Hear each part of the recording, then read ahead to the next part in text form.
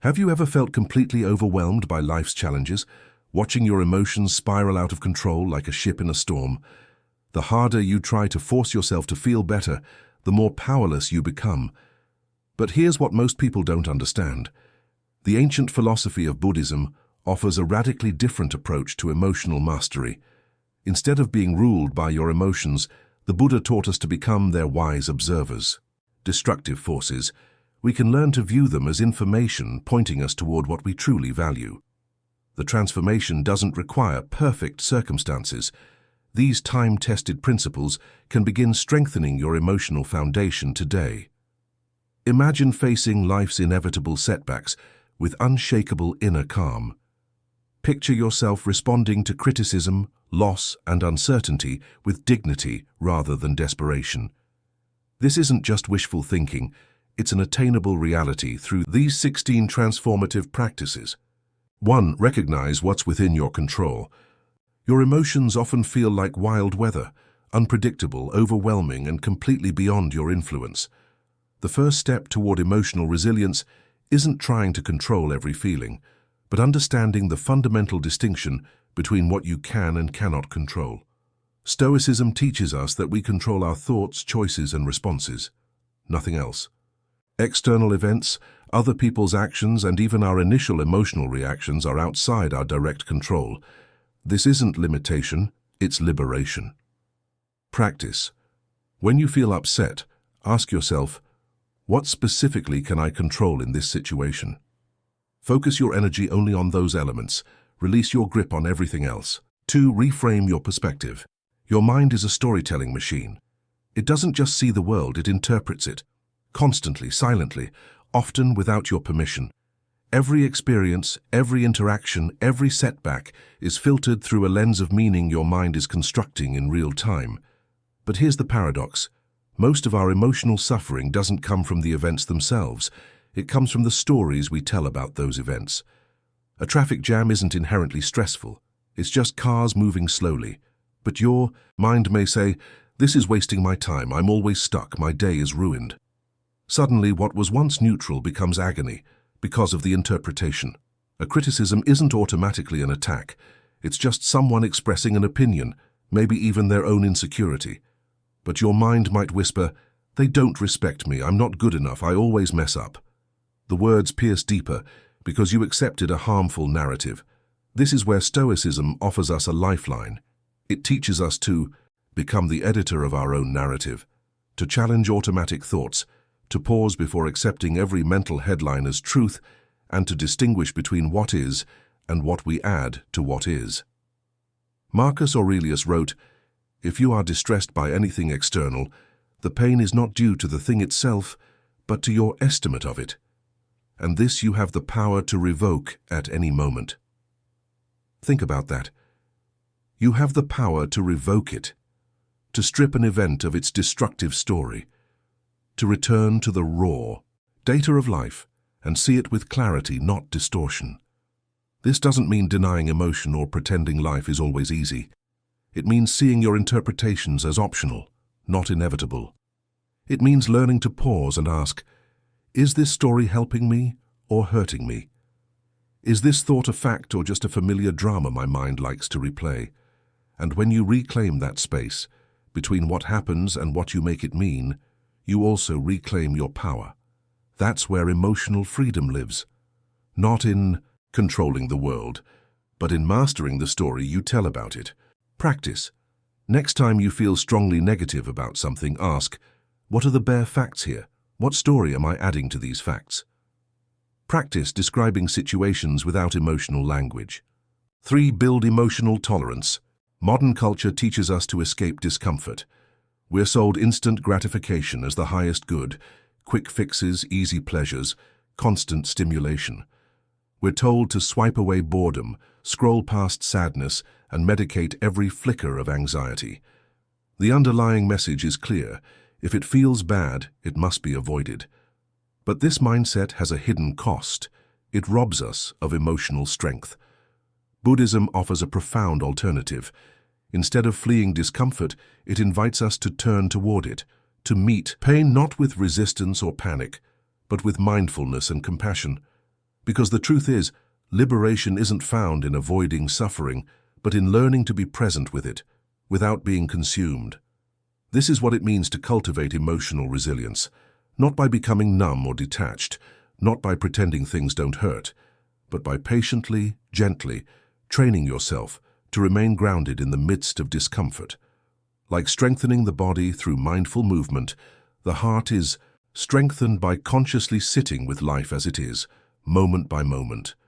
Emotional tolerance is the ability to sit with anxiety without needing to fix it, to hold space for grief without being swept away by it, to listen to criticism without collapsing into shame or reacting with anger.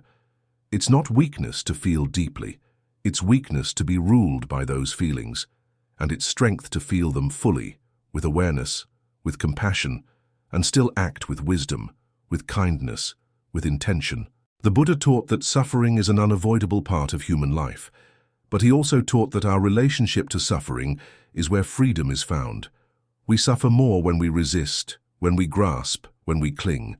But when we meet our pain with mindfulness, we create the space for transformation. Meditation is the training ground, not an escape from life, but a way to meet life directly, to observe thoughts and feelings without judgment, to cultivate the stillness that allows wisdom to arise not by force but through presence. Imagine approaching your inner life the way a meditator approaches the cushion, not expecting to be perfect, not demanding silence or bliss, but simply showing up, with patience, with honesty, with love. Again and again, until what once triggered chaos now meets stillness. And this is the heart of Buddhist emotional mastery. Not to feel nothing, not to never hurt, but to be fully alive in every feeling, anger, fear, sadness, joy, and not lose yourself in any of them. To let experience rise and fall like waves on the ocean without clinging or resisting. To remember, you are not the storm, you are the sky. Emotional resilience isn't a gift, it's a practice. And every time you stay present with discomfort instead of running, you're not failing, you're awakening. If this message resonates with you, and you're seeking more moments of peace and insight, don't forget to like the video and subscribe for daily reflections rooted in ancient wisdom and modern clarity. 4. Practice negative visualization. This sounds pessimistic, but it's actually one of the most powerful tools for emotional preparation. Stoics regularly imagined losing things they valued, not to create anxiety, but to build appreciation and resilience. When you mentally rehearse potential losses or setbacks, you accomplish two things. You increase gratitude for what you currently have, and you reduce the shock if difficulties actually occur. This isn't dwelling on negativity. It's emotional insurance. Practice. Once a week, spend 5 minutes imagining the loss of something you value. Your health, a relationship, a job. Feel the sadness, then return to the present with renewed appreciation. Notice how this affects your daily perspective. 5. Develop emotional discipline. Emotions are like fire, powerful and useful when controlled, destructive when they rage unchecked. Stoicism teaches us to become skilled firefighters of our own emotional landscape. Emotional discipline doesn't mean suppressing feelings. It means choosing how to express them. You can acknowledge anger without lashing out, feel sadness without wallowing, experience fear without being paralyzed. Practice. When you feel a strong emotion arising, pause and take 3 deep breaths. Ask yourself, how can I honor this feeling while still acting in accordance with my values? Choose your response consciously. 6. Question your assumptions. Much of our emotional turbulence comes from unexamined beliefs about how life should work. Stoicism encourages us to regularly examine these assumptions and test them against reality. Maybe you believe that fair treatment is guaranteed, that hard work always pays off, or that people should appreciate your efforts. These beliefs, while understandable, often create unnecessary suffering when reality doesn't conform to them. Practice.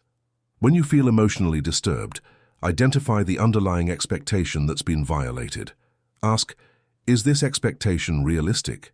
Is holding on to it serving me? Be willing to update your beliefs based on evidence. 7. Practice purposeful reflection. In Buddhism, Each day is seen as a chance to awaken more deeply. Every moment holds the potential for insight, compassion, and inner transformation. Practitioners are encouraged to gently examine their thoughts, actions, and intentions, not to judge themselves, but to cultivate greater awareness and wisdom. This practice of evening reflection isn't about chasing perfection, it's about nurturing presence and growth. When you regularly look back on your emotional responses with mindfulness and honesty, you begin to notice the patterns of craving, aversion, and ignorance that shape your suffering. And in seeing them clearly, you begin to loosen their hold. Instead of beating yourself up for your mistakes, the Buddhist path invites you to meet them with compassion and curiosity. What was I feeling in that moment? Did I act from fear or love? Where can I bring more awareness tomorrow? These gentle questions, asked daily, become a compass for inner peace. Over time, this simple yet powerful practice helps you respond to life not with reactivity, but with clarity and intention. Because awakening doesn't come in one grand gesture, it comes through small moments of mindfulness, repeated with sincerity. Reflection is not a burden, it's a doorway to liberation. And every evening is an invitation to step through it. 8. Embrace impermanence. One of the deepest sources of emotional suffering is our resistance to change. We cling tightly to pleasant experiences and push away painful ones, forgetting a simple but profound truth: everything is impermanent. Buddhism teaches that peace arises not from controlling life, but from understanding and accepting its ever-changing nature. When you truly see that all things arise and pass away, joy and sorrow, success and failure, love and loss, you begin to relate to life with more openness and less fear. You can savor beautiful moments without grasping at them, and you can endure difficult times without falling into despair. This is not passivity, it's not giving up, it's wisdom. It's the deep understanding that nothing lasts forever, not your pain, not your joy, not even the thoughts that trouble you. And in that understanding, you discover a spaciousness, a freedom, from the cycle of attachment and aversion that fuels suffering. The Buddha taught that clinging is the root of suffering, and that liberation comes from letting go, not in a cold or distant way, but in a gentle, compassionate recognition of life's natural flow. To live with this awareness is to live more fully, to be present with what is, not lost in what was, or terrified of what might be. When you stop resisting change, you begin to see that each moment is both precious and passing, a fleeting wave in the vast ocean of experience. And rather than trying to hold the wave, you learn to ride it with grace. Practice. During both pleasant and unpleasant experiences, remind yourself, this too shall pass. Notice how this perspective affects your emotional intensity and your ability to stay present. 9. Cultivate inner scorecard. Most people measure their worth by external validation, others' approval, social media likes, career achievements. This external scorecard makes you emotionally dependent on things outside your control. Stoicism teaches you to develop an inner scorecard based on your values and character. When your sense of worth comes from your integrity, effort, and growth rather than external outcomes, you become emotionally independent. Criticism stings less, failures become learning opportunities, and success doesn't inflate your ego. Practice. Define 3 core values that matter most to you. Each week, evaluate yourself based on how well you lived these values, regardless of external results or others' opinions. 10. Practice emotional premeditation. Instead of being blindsided by emotional challenges, Buddhist practitioners cultivate awareness so they can respond with clarity rather than react with confusion. Through meditation and mindful reflection, they prepare the mind to face criticism, setbacks, and conflict, not with fear, but with steadiness and compassion. This preparation isn't pessimism, it's wisdom in action. Just as athletes visualize their performance and soldiers train for the unexpected, Buddhists train the heart and mind to meet life's difficulties with equanimity. By observing thoughts during meditation, one learns to recognize the early signs of anger, fear, or attachment. By contemplating impermanence, one becomes less shaken by change. By practicing compassion, one is less likely to be consumed by resentment. This mental and emotional rehearsal is not about bracing for the worst. It's about creating inner space so that when life gets turbulent, you don't get swept away. You've already practiced returning to your breath, watching emotions rise and fall and remembering, this too shall pass. In Buddhism, this is the path of skillful means, training the mind in peace so it can meet the world with wisdom. 11. Develop philosophical perspective. When you're caught in emotional turmoil, everything feels urgent and overwhelming. Stoicism teaches us to zoom out and see our current struggles in the context of human history and the vastness of existence. This isn't about minimizing your experiences, it's about gaining perspective that reduces emotional intensity. Your current crisis, while real and important, is also part of the universal human experience of growth and learning. Practice. When overwhelmed by emotions, ask, how will this matter in 5 years? What would I tell a friend facing this same situation? What would a wise person from history say about this challenge? 12. Practice voluntary hardship. Buddhist practitioners often engage in voluntary simplicity and discomfort, not to punish themselves, but to cultivate mindfulness, detachment, and emotional resilience. Practices like mindful fasting, walking barefoot, sleeping on the ground, or eating plain food are ways to train the mind to remain peaceful amid discomfort. When you consciously face small hardships, you learn to let go of craving and dependence on constant comfort. You begin to see that peace doesn't come from conditions, being perfect, but from your relationship to those conditions. This isn't masochism, it's inner strength training. Every time you choose mindfulness over indulgence, simplicity over excess, or temporary discomfort over immediate pleasure, you build the muscle of self-discipline and equanimity. The Buddha taught that suffering often arises from our attachment to comfort and our fear of pain. But by gently stepping outside of comfort, we begin to free ourselves from that attachment. Practice. Choose one small voluntary hardship each week. Take a cold shower, eat just one simple meal, walk in silence instead of using your phone, sleep on a mat instead of a bed. Bring mindful attention to the experience. Observe your reactions. Notice how your mind shifts when you stop resisting discomfort and simply allow it to be. Over time, this practice nurtures a deep, unshakable inner stability, a calm that doesn't depend on circumstances but grows from within. 13. Focus on your role. In Buddhism, we all have natural roles: parent, friend, worker, community member. Emotional suffering often arises when we cling to outcomes beyond our control or neglect the responsibilities right in front of us. The Buddha taught that peace comes from right action, doing what's ethical and compassionate, without attachment to results. You can't control whether your children succeed, but you can choose to parent them with presence and care. When you shift your focus from managing outcomes to mindfully fulfilling your role, you find both purpose and peace. True freedom lies not in controlling life, but in showing up fully for it. Practice. List your main life roles. For each role, identify what excellent performance looks like. Focus your energy on these responsibilities rather than trying to control results. 14. Practice sympathetic understanding.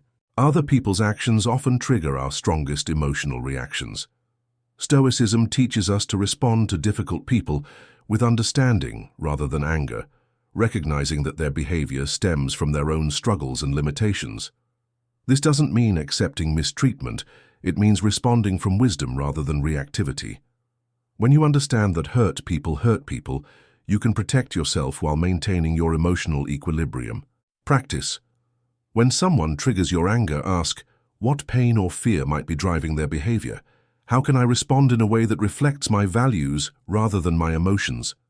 15. Develop emotional vocabulary. Most people have a limited emotional vocabulary. They're happy, sad, angry, or fine.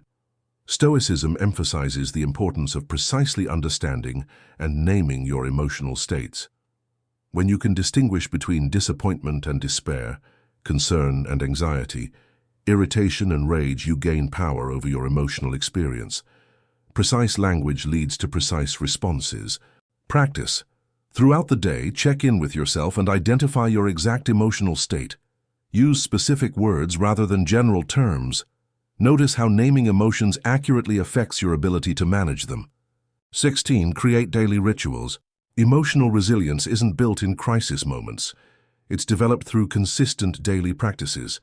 Stoics established routines that reinforced their philosophical principles and strengthened their emotional foundations. These rituals don't need to be elaborate. They just need to be consistent. A morning intention, an evening reflection, a midday check-in. These moments of conscious practice accumulate into lasting emotional strength. Practice. Establish one daily ritual that reinforces your emotional resilience. It might be reading a Stoic quote each morning, taking 3 conscious breaths before meals, or writing one thing you're grateful for each evening. Your path to emotional freedom. These 16 principles aren't just philosophical concepts, they're practical tools for building unshakable inner strength. The key is to start small and be consistent. Choose 1 or 2 practices that resonate with you and commit to them for the next month. Remember, the goal isn't to eliminate all negative emotions, it's to develop the wisdom to respond to them skillfully. With patience and practice, you can learn to navigate life's storms with grace and dignity. The journey to emotional resilience begins with a single choice. Which practice will you commit to today? Your inner strength is far greater than you realize. These ancient teachings, refined over centuries, can guide you toward that unshakable foundation. The only question is, are you ready to begin building?